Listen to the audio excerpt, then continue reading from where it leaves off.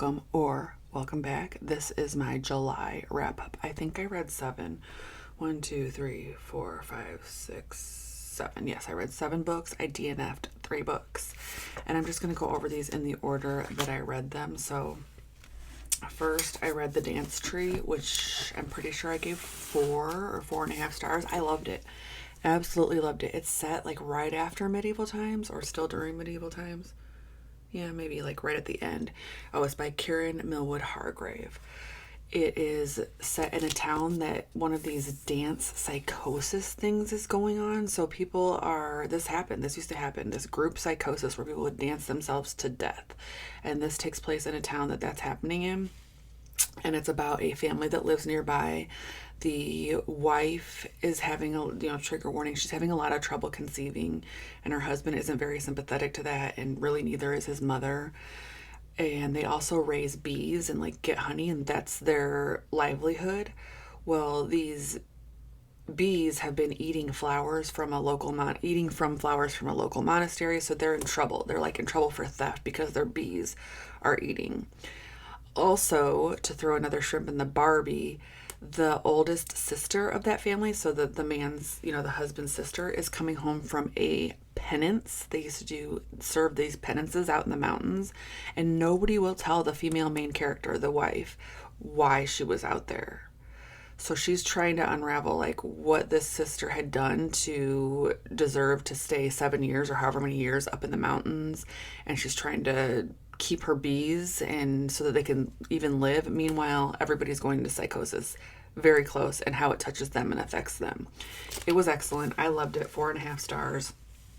And then I read Ring Shout. Okay. Oh, I don't even know how to talk about Ring Shout. Well, the premise is great. It is a little team of women in, I can't remember what year it was. Was it the 20s? They are hunters of the KKK, and the KKK in this book, they are supernatural monsters. So this team of women, they have their own powers, and they are sword wielding, and they have their own weaponry and their own kind of psychic abilities to attack these and hunt down these KKK members. It was actually a 3-star for me. But that is because there was something in the book that I have a little bit of a phobia around, and so I had a really hard time reading it because of that phobia. So check your trigger warnings. I really have never had to check my trigger warnings because I never come across this, but it was in that book. So I can see how this was a 4 and a 5-star for everybody else. It was just a 3 for me because I got taken out of it so much by that. I should have just looked up the trigger warnings. And then Parable of the Sower is an Octavia E. Butler. This is my second because I read Kindred several years back. It's been on my shelf forever, but I definitely wanted to read this one in the summer because it's set in like a hot climate. And Octavia E. Butler wrote this, in the 70s or something, but it's about the 2020s and the decay. It's a post-apocalyptic America pretty much. So everybody lives behind these little walled off communities. Just think about your own neighborhood, but you wall it off and that's your community, and you have to grow everything inside of there, and you guys have to maintain each other. Is there a doctor that can do medical stuff? Is there a teacher that can kind of teach the kids stuff? You just build your own small community, and you live behind walls, because outside of those walls, if you're not in a community, is straight up chaos and destruction and killers, thieves, R-worders, all that. But there's also little kids that are running around out there. She also suffers from hyper empathy, which means she is constantly thinking about what's happening to people in her community and the people that are out there running around getting hurt. And that's considered a weakness. Her dad is a preacher. I think he's a Baptist preacher, and she doesn't really feel aligned with like the stuff that he's teaching. So she's kind of developing her own religion, and she uses that to fuel her kind of escape plan or her plan for the future. And I'll leave it there, but this was a 4.5 star for me. Excellent book. Highly recommend. Okay, a DNF. But I can tell it's good. I just couldn't get myself in the right headspace for it. And that is Shuggie Bain by Douglas Stewart. I got to page... No, I got further than this because I was actually doing this one on audio. I read the first 25, 30 pages physically, and then I switched to the audio, And I was listening to the audio while I was doing my walks, and it just was not panning out. I just could not stay engaged. So I do still want to read this. It was a soft DNF. It is about a boy growing up in Glasgow, and his mom is an alcoholic. And that's mainly, what his trauma comes from. But the dad was a piece of shit too, okay? We'll see. I think I'll come back to this. I DNF'd Red Rising and gave that one to my son, and I could tell that was a good book. I read the first 25 pages of it, and I could tell it was a good book. I just knew that I didn't want to read it at the moment. So for the time being, that's a soft DNF, and I gave it to my son to read. And then I DNF'd Butter. So this is like a reading slump period for me in mid-month. I DNF'd Butter. I got to page 50. And I'm going to finish this. This was also a soft DNF. I just couldn't get in the mood for it. And it is about a woman has been charged with killing off all of her suitors. Okay. Like she keeps murdering her suitors. And she is a cook, kind of. She's a televised cook or something. And this is Japan, I believe. Tokyo. Yeah. So the whole community is in an uproar. The whole country is in uproar because they don't think that this woman is pretty enough to have lured that many suitors. They think she's too fat, too old, and not pretty enough to have done this. So they're not mad that she killed these people. They're mad that she doesn't fit their idea of who could have that many suitors. And like these suitors were paying her a lot of money. They were supporting her.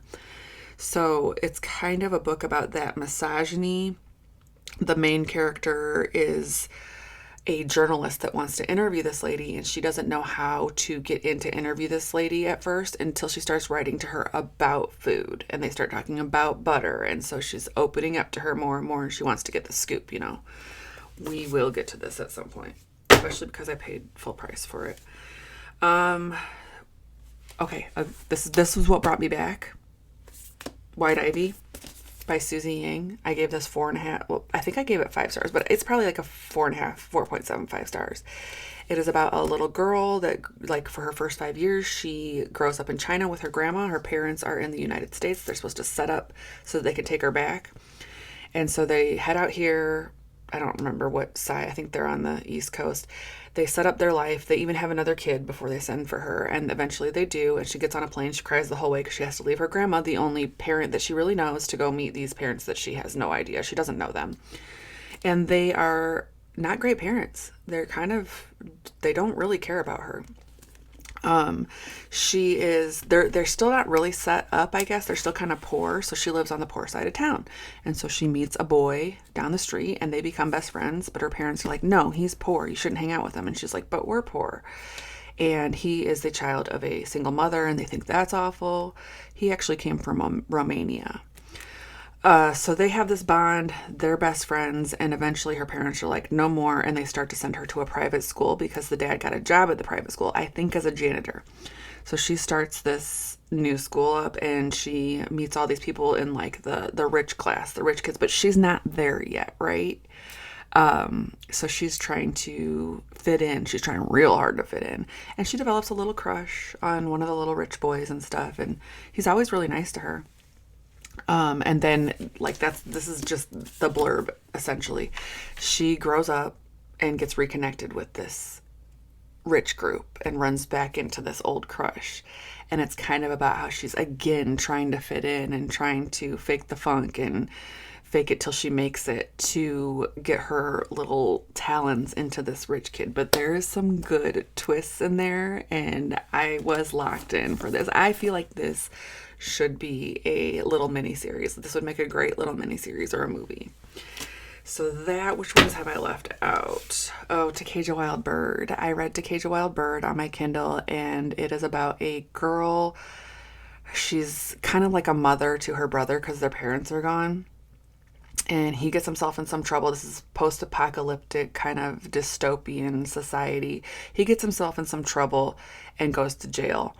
And then she gets herself in some trouble so she can go into the jail to help him, because jails in this society they're terrible. Like, basically, if you're a prisoner, you're allowed to be hunted by the citizens. They just throw you out. Citizens can pick from the jail, like, who they want to hunt. Like, it's a video game. And then they throw them out in the field and they go out there with, like, guns blazing. So she wants to go in there to help him. And then there's like some insta love stuff, and it didn't. It was YA, and I typically don't enjoy YA anyways. I loved the premise. I just didn't like the execution. And then the reformatory, I think that's the last. Oh, no.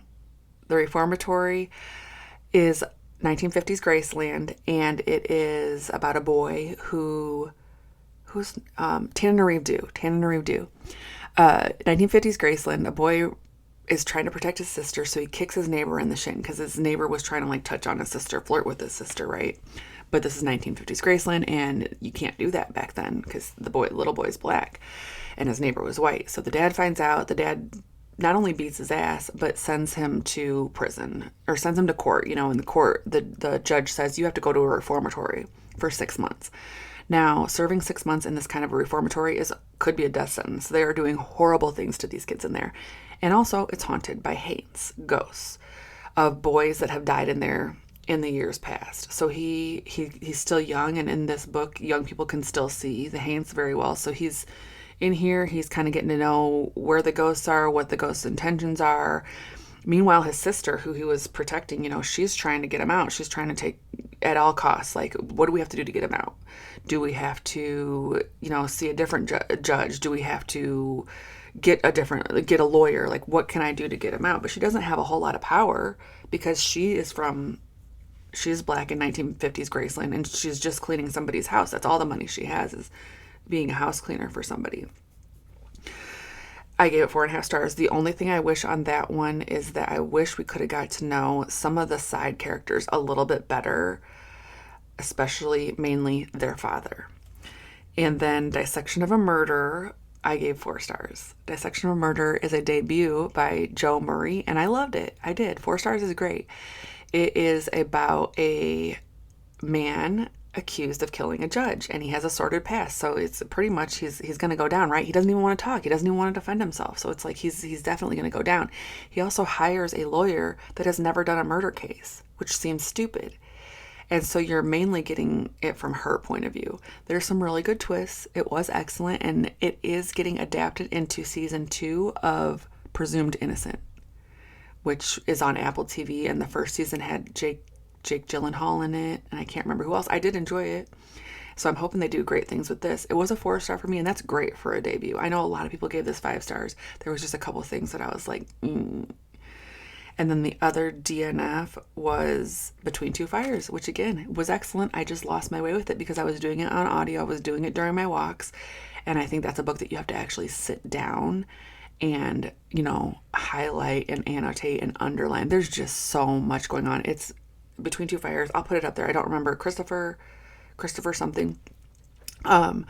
Medieval Times, Medieval Fantasy, Medieval Horror by Christopher Buehlman. I couldn't read that font. Okay, it has great ratings, 4.6 and 4.2. I do want to go back to it. I want to sit down and get out my highlighters and my pens and my tabs and do it correctly and print out a little character chart. In 1348, a disgraced knight finds an orphan girl who claims angels and demons wage war on Earth. Together they journey to Avignon amid rising dead and supernatural battles. Like I said, I'm going to give it another try. Let me see. How long was this one? This one is 433 pages, so it's not terrible. We can do it. I'm going to wait. I'm not going to do it this month. I'm going to give it a little bit of time in between, and then I'll start it up again. Yes, that is everything that I read in July. Let me know what you read. Let me know what you're reading next. Let me know if you've read any of these. If you watched this all the way to the end, thank you very much. Toodaloo.